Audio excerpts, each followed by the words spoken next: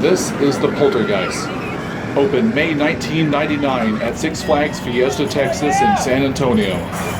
This is a launch coaster with acceleration of 0 to 60 miles per hour in 3.5 seconds and contains a cobra roll, a sidewinder, and many twists and turns.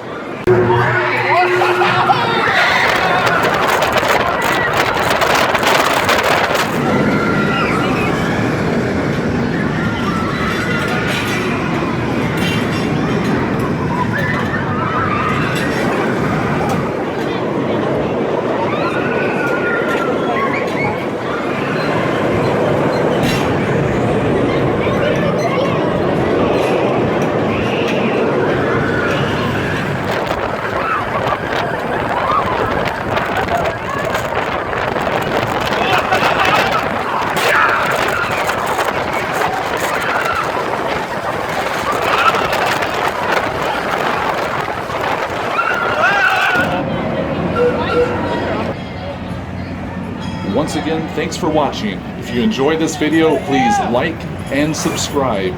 Yes, we are a haunted house channel, but we love thrill rides as well. I guess this.